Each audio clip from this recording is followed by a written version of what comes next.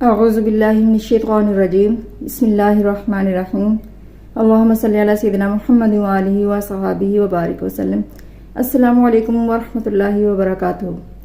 ناظرین، جیسا کہ آپ جانتے ہیں کہ ہم نے ایک خاص سلسلہ قرآن پاک کے لفظی اور بامحاورہ ترجمے کا شروع کیا ہوا ہے، جس میں ہماری کوشش یہ ہوتی ہے کہ ہم روزانہ تھوڑی ہم ترجمہ سیکھیں اور تفسیر سیکھیں تاکہ ہمیں آیات کا مطلب سمجھ میں آ سکے اور ہم روزمرہ زندگی میں اس کو شامل کر سکیں۔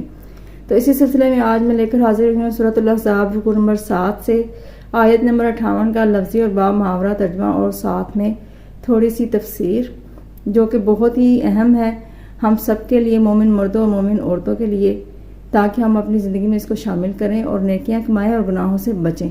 تو ویڈیو کو پورا دیکھیے گا تاکہ بات پوری سمجھ میں آ سکے۔ تو چلیے آئیں شروع کرتے ہیں۔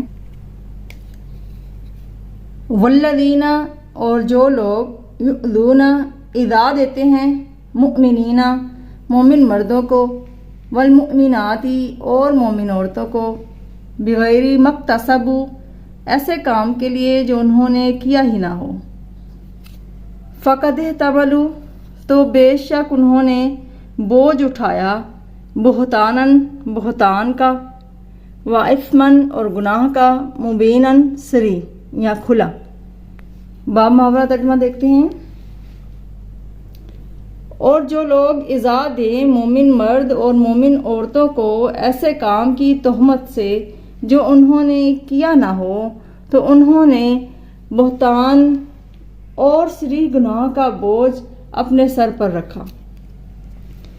جیسا کہ آپ نے دیکھا کہ واضح طور پر فرما دیا گیا کہ بغیر کسی گناہ کے کسی مومن مرد یا عورت کو تکلیف پہنچانے کا عذاب کیا ہے کہ اس نے اپنے سر پر بہتان اور واضح گناہ کا بوجھ اٹھا لیا۔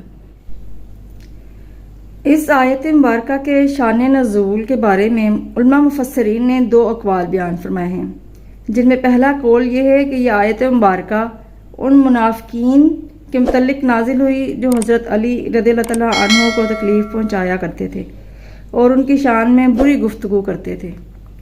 دوسرا قول یہ ہے کہ آیت مبارکہ حضرت عائشہ صدیقہ رضی اللہ تعالیٰ عنہ کے معاملے میں نازل ہوئی کہ اس کا شان نزول اگرچہ خاص ہے لیکن حکم تمام مسلمان مردوں اور عورتوں کو عام ہے، یعنی سارے مسلمان مردوں اور عورتوں کے لیے یہی حکم ہوگا کہ اگر کوئی مسلمان مردوں اور عورتوں کو تکلیف پہنچائے گا ایسے گناہ کی جو انہوں نے کیا ہی نہیں، تو اپنے سر پر بہتان اور واضح گناہ کا بوجھ اٹھائے گا۔